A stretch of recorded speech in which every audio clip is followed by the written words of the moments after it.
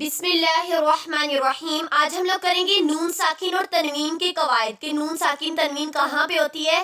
اور نون ساکن وہ ہوتا ہے جس پر جزم ہو، جزم یعنی ساکن ہو. یہ نون وقف اور وصل دونوں صورتوں میں پڑھا جاتا ہے. وقف اور وصل یعنی وقف یعنی رک کے اور وصل یعنی ملا کے. دو زبر دو زیر پیش کو تنوین کہتے ہیں. اور نون تنوین ہمیشہ کلمے کے آخر میں آتا ہے. نون تنوین وصل کی صورت میں پڑھا جاتا ہے اور وقف کی صورت میں نہیں پڑھا جاتا. مطلب کہ ملانے، وصل کہتے ہیں ملانے کی صورت میں. پیچھے کوئی بھی ورڈ آ جائے تو اس کو ملا کے پڑھیں تو اس میں پڑھا جاتا ہے. اور جب ہم رک جاتے ہیں ایک چیز پہ تب نہیں پڑھا جاتا یہ. اور نون ساکن تنوین کے چار قاعدے ہیں: اظہار، ادغام، اقلاب، اخفا. اظہار، ادغام، اقلاب، اخفا. اور آج ہم لوگ کریں گے اظہار. اظہار کی تعریف کیا ہے؟ نون ساکن تنوین کو بغیر غنہ کے ادا کرنا ہے. مطلب کہ نون ساکن میں غنہ نہیں آنا چاہیے. غنہ وہ ہوتا ہے جو نا کی جڑ سے ادا ہوتا ہے. غنہ خشوم اسے کہتے ہیں، یعنی نا کی جڑ سے ادا ہونا. تو اس کو ہم لوگ نا کی جڑ سے ادا نہیں کریں گے.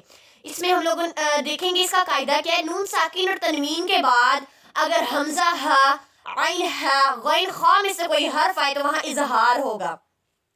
یہاں پہ ہم نے دیکھا کہ نون ساکن یا تنوین، ساکن ہوتا ہے نون ساکن اور نون کے اوپر ہی جزم موجود ہو. تنوین ہوتا ہے کہ نون کے اوپر نہ ہو، کوئی کہیں بھی آ سکتی ہے. یہ دو زبر دو کسی بھی حروف تہجی کے ورڈ کے اوپر. تو اس کے بعد اگر یہ والے حروف ہلکی کہتے ہیں ان ورڈز کو، اگر یہ آ جائیں تو وہاں پہ نون ساکن اور تنوین مطلب کہ اظہار کا قاعدہ اپلائی ہوگا. تو ہم نے دیکھنا ہے کہ نون ساکن اور تنوین کے بعد اگر یہ والے حروف آ رہے ہیں تو پھر ہی اظہار کرنا ہے، ادروائز نہیں کرنا ہے. تو یہ کون سے ورڈ ہیں؟ ہم نے 6 ورڈ ہیں یہ: حمزہ ہا، عین ہا، غین خا. اب ہم اس کی اگزامپل دیکھتے ہیں. جیسے نون ساکن، یہ دیکھیں من، نون ساکن کے بعد ہم نے دیکھا حمزہ. اگر الف کے اوپر نا زبر زیر پیش آ جائے تو وہ حمزہ ہی بن جاتا ہے.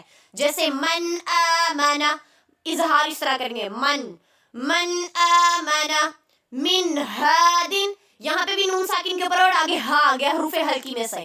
من ہادن، میاں نہیں کریں گے. میاں کریں گے تو یہ اخفا میں چلا جائے گا اور اخفا تو یہاں پہ ہوگا ہی نہیں کیونکہ اخفا کے حروف یہاں پہ آ ہی نہیں رہے. تو یہاں پہ اظہار ہوگا. من ہادن، من ہادن، من ہادن. نون ساکن اور تنوین کو ادا کر کے فوراً بعد والے حروف کو ادا کریں. درمیان میں دیر نہ لگنی چاہیے ورنہ اخفا ہو جائے گا. اور اتنی جلدی بھی نہیں کرنی ہے کہ حروف صحیح ادا نہ ہو. کیا ہمیں ہدایت دی جا رہی ہے اس میں کہ نون ساکن کو ادا کر کے فوراً بعد والے حروف کو ادا کرے. درمیان میں دیر نہیں لگنی چاہیے کیونکہ یہاں پہ پھر اخفا ہو جائے گا. مطلب کہ جس طرح میاں نہیں کریں گے، من ہادن نو، من ہادن، من ہادن. زیادہ جلدی بھی نہیں کرنی ہے کہ حروف صحیح ادا بھی نہ ہو اور زیادہ دیر بھی نہیں لگانی ہے کہ وہاں پہ کوئی اور رول اپلائی ہو جائے. ٹھیک ہے، امید ہے آپ سب کو سمجھ آ گئی ہوگی. اگر کسی چیز کی سمجھ نہیں آئے تو آپ لوگوں نے پوچھ لینی ہے. آگے اس کا قاعدہ ہے نون ساکن تنوین کے بعد دوبارہ وہی بتایا جا رہا ہے. یہ قاعدہ آپ لوگوں نے یاد کر لینا ہے اور جس بھی چیز کی سمجھ نہیں آئے گی آپ لوگوں نے پوچھ لینا ہے.